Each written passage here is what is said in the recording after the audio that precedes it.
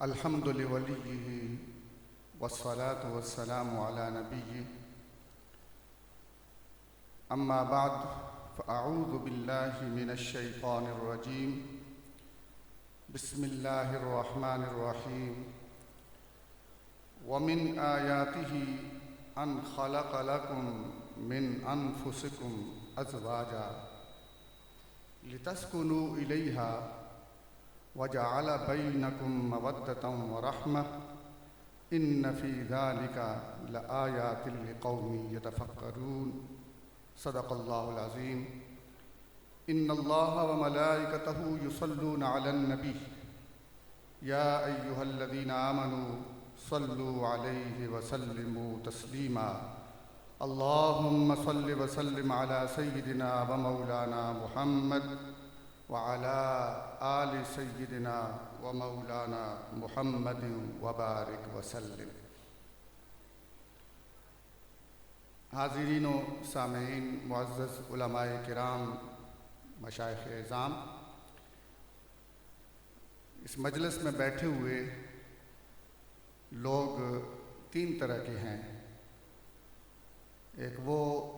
علماء و فضلاء ہیں جو تعلیم و تعلم کے سلسلے کو مکمل کرنے کے بعد کہیں خدمت دین انجام دے رہے ہیں، اور ایک عوام الناس کا وہ جمع غفیر ہے جو محبت اہل بیت اطہار کا جذبہ لیے ان کے ذکر و اذکار سننے کے لیے آج کی مجلس میں ہیں، اور ایک طلباء ہیں جو گلستان مہر علی اور اس کی ذیلی شاخوں کے اندر زیر تعلیم ہیں۔ ان تینوں طرح کے لوگوں کو مخاطب کرنے اور اپنی بات پہنچانے میں ذرا تھوڑی سی دقت ہوتی ہے، مگر میں کوشش کروں گا کہ اپنے ان ساتھیوں کو زیادہ مخاطب کروں تاکہ ان کی وساطت سے ان تک بھی میسج پہنچ جائے کہ جو ہماری زبان یا ہمارے انداز سے واقف نہیں ہیں۔ میں اپنے ان محبت والے دوستوں سے یہ کہنا چاہوں گا کہ آپ حضرات نے جس طرح پہلے بھی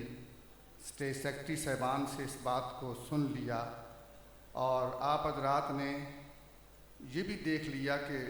علماء کرام تشریف لاتے رہے اور ان کے نام کے ساتھ ایک عنوان اور موضوع بھی بتایا گیا۔ جب میٹنگ ہوئی تو یہ مشورہ کیا گیا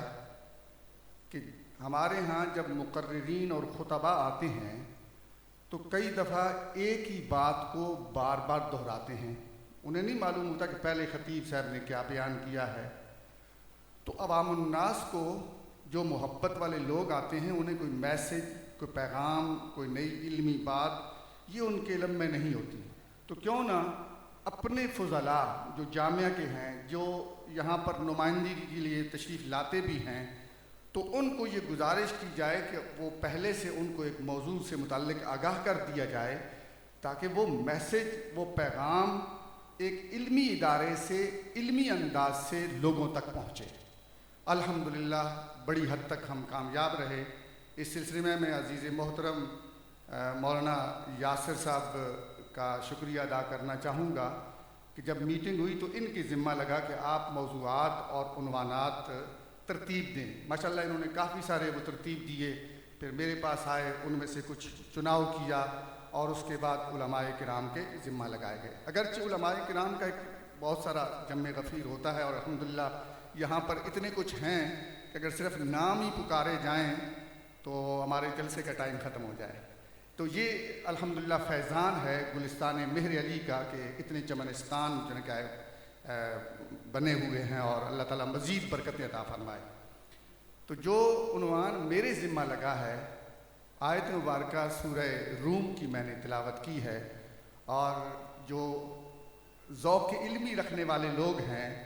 ان کے لیے کہنا چاہتا ہوں کہ یہ سورت مبارکہ، اس کا یہ تیسرا رکوع یہ ایسا ہے کہ وہ آیتیں اس کی شروع ہو رہی ہیں وَمِنْ آیَاتِهِ وَمِنْ آیَاتِهِ وَمِنْ آیَاتِهِ۔ رب نے اپنی آیتیں، اپنی نشانیاں، اپنے براہین اور اپنے کمالات کا تذکرہ یکے بعد دیگرے اس کے اندر کیا ہوا ہے۔ اور ایک تذکرہ میں نے آیت مبارکہ جو تلاوت کی اس میں ہے وَمِنْ آیَاتِهِ أَنْ خَلَقَ لَكُم مِّنْ أَنفُسِكُمْ أَزْوَاجًا لِتَسْكُنُوا إِلَيْهَا وَجَعَلَ بَيْنَكُم مَّوَدَّةً وَرَحْمَةً۔ اہل علم اتنی بات سے ہی، آیات مبارکہ کی تلاوت سے ہی ان کے علم میں آ گیا ہوگا کہ یہ جو سلسلہ ازدواج ہے رب ذوالجلال نے اس کی جو حکمت بیان فرمائی ہے وہ کیا ہے؟ لِتَسْكُنُوا إِلَيْهَا وَجَعَلَ بَيْنَكُم مَّوَدَّةً وَرَحْمَةً، تاکہ اس کی طرف تم جب جھکاؤ کرو، میلان کرو، ملو، ملاقات کرو تو تمہیں سکون قلبی حاصل ہو۔ وَجَعَلَ بَيْنَكُم مَّوَدَّةً وَرَحْمَةً، اور تمہارے درمیان مودت اور رحمت گھر کر جائے۔ اور یہی چیز ہم نے دیکھی ہے، بلکہ میں اگر یہ کہنا چاہوں تو بے جانا ہوگا، عوامی احباب بھی اس بات کو سمجھیں گے کہ وہ خاتون جس نے کہیں اور پرورش پائی ہوتی ہے، جنم کہیں اور لیا ہوتا ہے، زندگی کا بہترین حصہ اس نے کسی اور گھر میں گزارا ہوتا ہے، مگر بیاہنے کے بعد جب وہ اپنے سسرال میں پہنچتی ہے تو اللہ تبارک و تعالیٰ نے اس کے دل میں اولاد کی اور نئے خاندان کی ایسی محبت ڈال دی ہوتی ہے، اپنے سسرال کو آ کر اپنے جو میکا جو ہوتا ہے یا اپنا جو پہلے اس کا دادکا ہوتا ہے اس کو وہ بھول جاتی ہے۔ اب اس کے یہیں پہ اولاد ہے، یہیں اس کا زندگی گزرتی ہے اور یہیں مدفن بنتا ہے۔ یہ ہے وَجَعَلَ بَيْنَكُم مَّوَدَّةً وَرَحْمَةً۔ تو گویا سلسلہ ازدواج میں محبت و مودت کی ایک ایسی چیز ہوتی ہے کہ جس کو اگر دیکھا جائے تو وہ حقیقت مبنی بات ہوتی ہے۔ چونکہ ہماری ایسی مجالس میں ان باتوں کا تذکرہ نہیں ہوتا،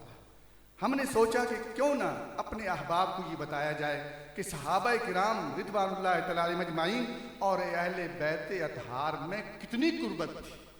کتنی قرابت داری تھی، کتنا انس تھا، کتنا پیار تھا۔ کیونکہ آج کل موضوع سخن ہمارے سوشل میڈیا کے گند نے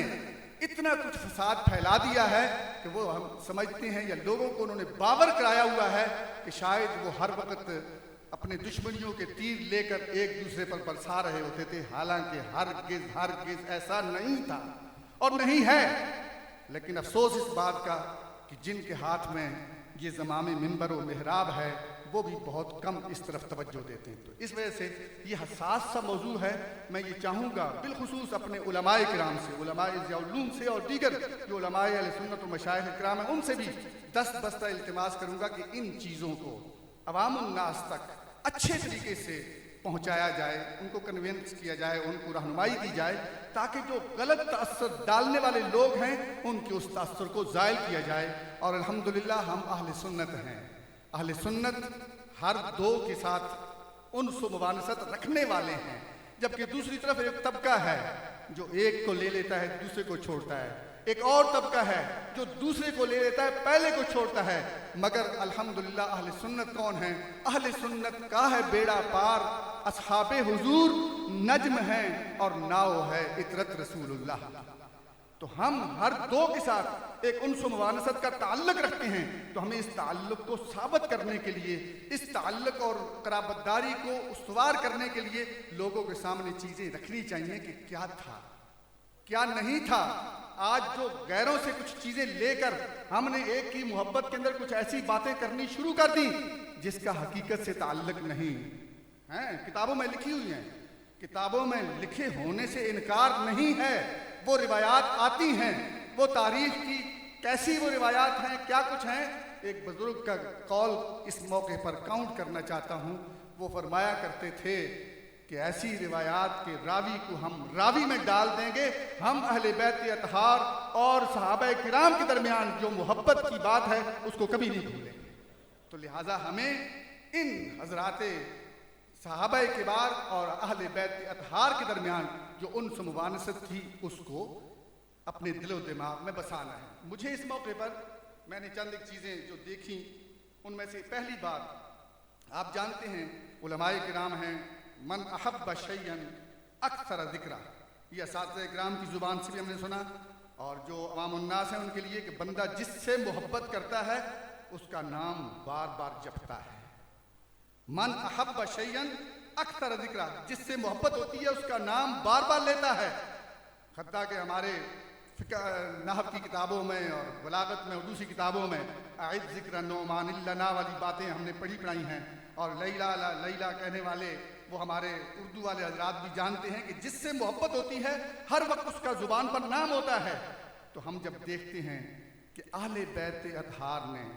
صحابہ کبار بالخصوص خلفائے راشدین کے اسماء گرامی کو اور ازواج مطہرات کے اسماء گرامی کو اپنے بچوں اور بچیوں کے نام رکھنے میں بہت زیادہ استعمال کیا. مگر افسوس اس بات کا کہ ہم جب تذکرے شہدائے کربلا کے سنتے ہیں وہاں پر ہمیں کہیں ابو بکر نظر نہیں آتا. ہم جب تذکرے سنتے ہیں کہیں ہمیں عمر کا نام نظر نہیں آتا. ہم جب تذکرے سنتے ہیں کہیں پر عثمان کا نام نظر نہیں آتا. ان لوگوں نے نام بدلا کر کچھ اور کر لیے ہیں. میں آج یہی بات آپ کو بتانا چاہتا ہوں. حضرت علی کرم اللہ تعالی وجہ الکریم کے بیٹوں کے نام ابو بکر بھی ہیں, آپ کے بیٹوں کے نام عمر بھی ہیں, آپ کے بیٹوں کے نام عثمان بھی ہیں. مگر افسوس اس بات کا کہ جن کے ہاتھ میں اسٹیج تھا انہوں نے علی اصغر اور علی اکبر تو کہہ دیا, مگر ان کے نام نہیں بتائے کہ ان کے نام ماں باپ نے کیا رکھے تھے. یہ ان لوگوں نے جب دسیسہ کاری کی, ان کی دسیسہ کاری کا ہم نے توڑ نہیں کیا, جس کی وجہ سے آج ہماری نگاہوں سے وہ چیزیں اوجھل ہیں. میں کچھ ایسے ٹیبلز بھی جو اس کے اوپر مشتمل تھے وہ میں نے اخذ کیے. جس طرح ہمارے ہاں نا ایک ماشاءاللہ انجمن بنی, انجمن آل و اصحاب یا تنظیم بنی, ایسے ہی عرب کے اندر بھی مبرۃ الآل والاصحاب کے نام سے انہوں نے ایک بنا رکھی ہے. اس دفعہ جب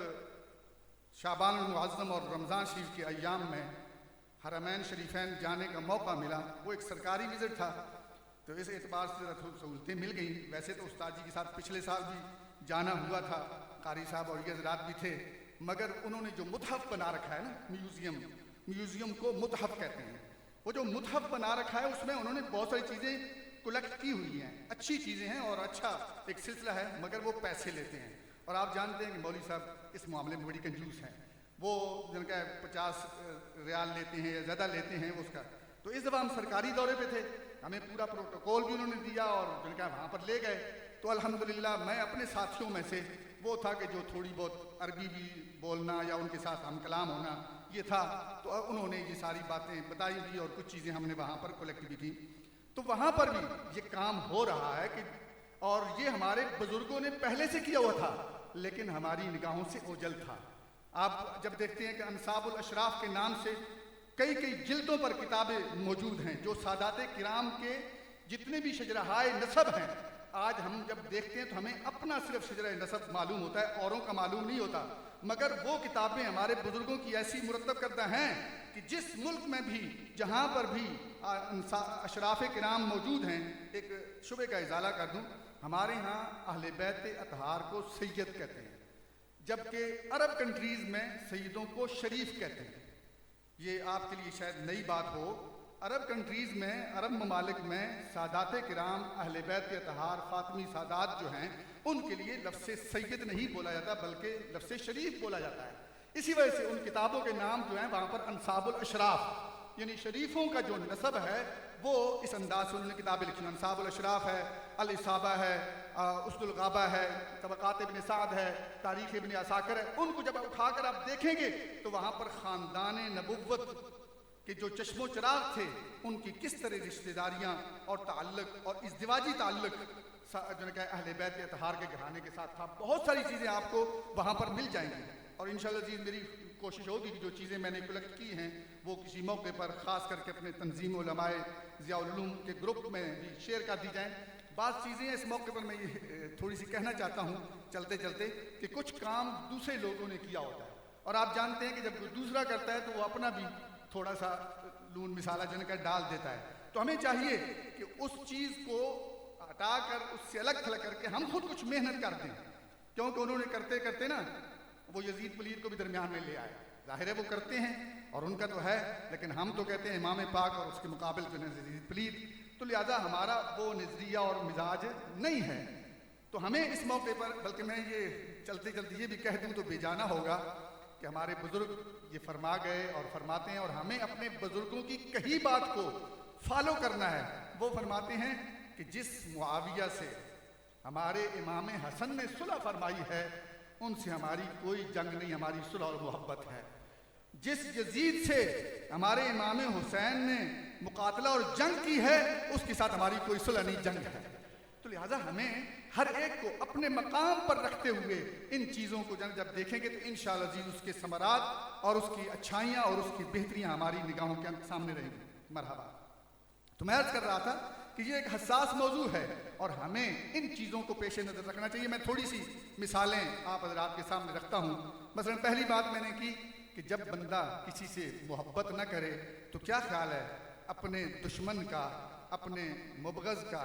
نام اپنے بیٹوں یا پوتوں کا رکھے گا؟ بولیے،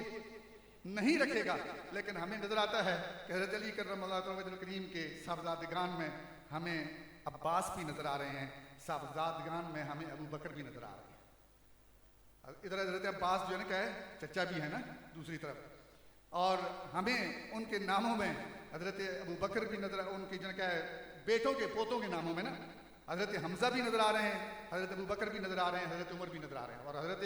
ابو بکر یہ وہ ہیں کہ جو کربلا کے اندر شہید ہوئے، اور حضرت عمر وہ ہیں کہ جو کربلا کے اندر شہید ہوئے۔ یعنی حضرت امام حسن رضی اللہ تعالیٰ عنہ کے دو صاحبزادے حضرت عمر اور حضرت ابو بکر یہ شہدائے کربلا میں شامل ہیں کہ جو امام حسین رضی اللہ تعالیٰ عنہ کے دست و بازو بن کر وہاں پر گئے ہوئے تھے۔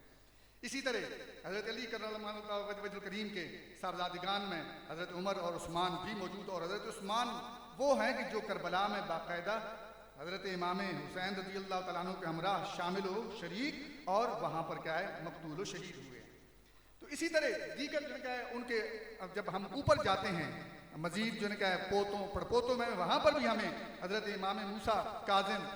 رضی اللہ تعالیٰ عنہ ان کے صاحبزادگان میں ہمیں جعفر نظر آ رہے ہیں، ان کے صاحبزادگان میں ہمیں ابو بکر نظر آ رہے ہیں، ان کے صاحبزادگان میں ہمیں عمر نظر آ رہے ہیں، اور حضرت حمزہ نظر آ رہے ہیں۔ تو یہ ساری کیفیت اس انداز سے ہمیں نظر آتی ہے۔ حضرت امام زین العابدین رضی اللہ تعالیٰ عنہ ان کے دو شہزادے، ایک شہزادے کا نام عمر اور ایک کا نام کیا عثمان۔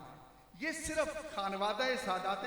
علی جو ہے اس کے متعلق میں بات کر رہا ہوں، باقی مزید آگے بڑھتے جائیں تو ہمیں نظر آئے گا کہ کس انداز سے انہوں نے باہمی میل و محبت کا معاملہ کیا ہوا ہے۔ لیکن افسوس اس بات کا ہے کہ ہمیں تو کچھ اس انداز سے جس آج کے ٹریپ کرنا یا جو کیا ہے وہ پھسلا لینا، یہ پھسلایا گیا ہے کہ ان کے درمیان شاید ایسی نفرت تھی کہ جو کبھی ایک دوسرے کا نام نہیں لیتے تھے۔ تو لہٰذا ہمیں اس موقع پر میں بلکہ یہ بھی کہوں گا الحمدللہ ہمیں اللہ تعالیٰ نے وہ شہزادے عطا فرمائے ہیں کہ جو اس پلسرات پر چلنا جانتے ہیں۔ حتیٰ کہ جب یہ کتاب لکھی جا رہی تھی نا اس موقع پر آپس میں ہم بہت سارے یعنی اساتذہ کرام جو ہے ان کو سواد صاحب نے اپنی کتاب دی اور ساتھ کہا کہ یہ لوگ آپ لوگوں نے جواب دینا ہے، لہذا اگر کوئی کمزوری ہو، یہ حساس مسئلہ ہے، تو ہم کبھی بھی کوئی ایسی بات نہ کریں، ہماری قلم سے کوئی ایسی چیز نہ نکلے جو کل کلا ہمارے اوپر، ہمارے ادارے پر، ہمارے مسلک کے اوپر کیا ہے حرف آئے، لیکن ادب اور احترام دونوں کا برقرار رکھے۔ اس انداز سے مسئلے کی تشریح فرمائی ہے کہ غیر بھی انگشت بدنداں ہیں، وہ بھی نظر آتے ہیں کہ کس انداز سے کام کیا۔ تو یہ اللہ تعالیٰ نے ہمیں اعزاز عطا فرمایا ہوا ہے۔ اسی طرح اور جتنے تھوڑی سی میں بات رشتوں کے متعلق اور قرابت داری کے حوالے سے اگر کر دوں، بلکہ گزشتہ کل شام کو ہمارے ہاں اسلام آباد میں جو مسجد زہرا کے اندر پروگرام تھا اس میں شہدائے کربلا کے حضور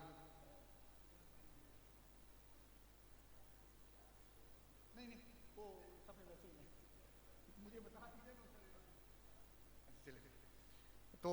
میں عرض کر رہا تھا کہ وہاں پہ جب پروگرام ہوا تو مولانا سردار احمد حسن سعیدی صاحب بڑی تحقیقی کی دفعہ باتیں کرتے ہیں اور ماشاءاللہ ان کا مطالعہ بھی ہوتا ہے۔ وہ فرمانے لگے کہ ہمارے ہاں معروف متداول یہی ہے سیدنا عثمان ذو النورین رضی اللہ تعالی عنہ کے عقد نکاح میں یکے بعد دیگرے رسول اللہ صلی اللہ علیہ وسلم کی دو شہزادیاں آئی تھیں۔ اس نسبت سے کیا ہے آپ کو ذو النورین کہتے ہیں۔ تو انہوں نے سچی بات یہ ہے کہ باتیں تو بہت ساری ہم نے پڑھی ہوتی ہیں لیکن توجہ نہیں ہوتی، انہوں نے توجہ مبذول کرائی۔ انہوں نے فرمایا نبی اکرم نور مجسم صلی اللہ علیہ وسلم آپ کی جو شہزادی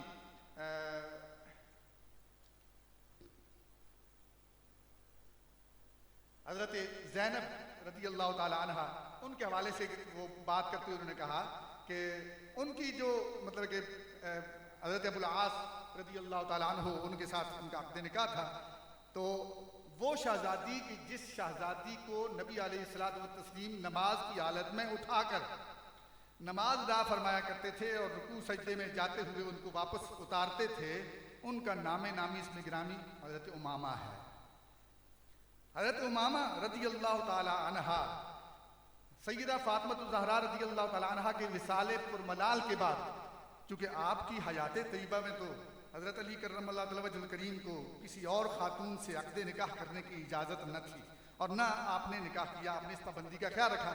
جب ان کا وصال پرملال ہو گیا، اس کے بعد چونکہ مائی صاحبہ نے خود جس طرح بعض روایت میں ہے کہ اشارہ فرمایا تھا، تو انہوں نے جب اشارہ فرمایا تو آپ کا عقد نکاح جو ہے حضرت امامہ رضی اللہ تعالی عنہ سے ہوا۔ تو حضرت امامہ نبی علیہ الصلوۃ والسلام کی نواسی ہوئی، ایک طرف آپ کی بیٹی اور دوسری طرف کیا ہے نواسی، جو گویا دو نور حضرت علی کرم اللہ تعالی وجہ الکریم کے بھی حصے میں آئے۔ ایک نور حضرت فاطمہ الزہرا رضی اللہ تعالی عنہا کی نسبت سے، اور دوسرا نور حضرت امامہ بن عاص یا حضرت امامہ بنت زینب رضی اللہ تعالی عنہا۔ تو یہ وہ اس انداز سے باتیں ہوتی ہیں کہ ہمیں تھوڑا سا ان کے سلسلہ نسب کو جاننا سمجھنا چاہیے، جو غیروں نے کچھ دسیسہ کاری کر دی ہے، تاکہ اس سے ہم اس خول کو اتار سکیں۔ جب یہ کام ہم کریں گے انشاءاللہ ہمیں نظر آئے گا کہ وہ صحابہ کرام رضوان اللہ تعالی علیہم اجمعین اور اہل بیت اطہار کے درمیان کس طرح میر و محبت کے سلسلے تھے۔ اللہ تعالی ہمیں اس چیز کو سمجھنے کی توفیق عطا فرمائے اور غیروں کی دسیسہ کاری سے محفوظ رکھے۔ میں اس موقع پر چلتے چلتے علماء کرام کے لیے مشورے کی بات عرض کرنا چاہتا ہوں۔ آج بھی مجلس میں جب شعر پڑھے گئے نا، شعراء جو ہوتے ہیں ان کے متعلق قرآن کا ارشاد بھی وَالشُّعَرَاءُ يَتَّبِعُهُمُ الْغَاوُونَ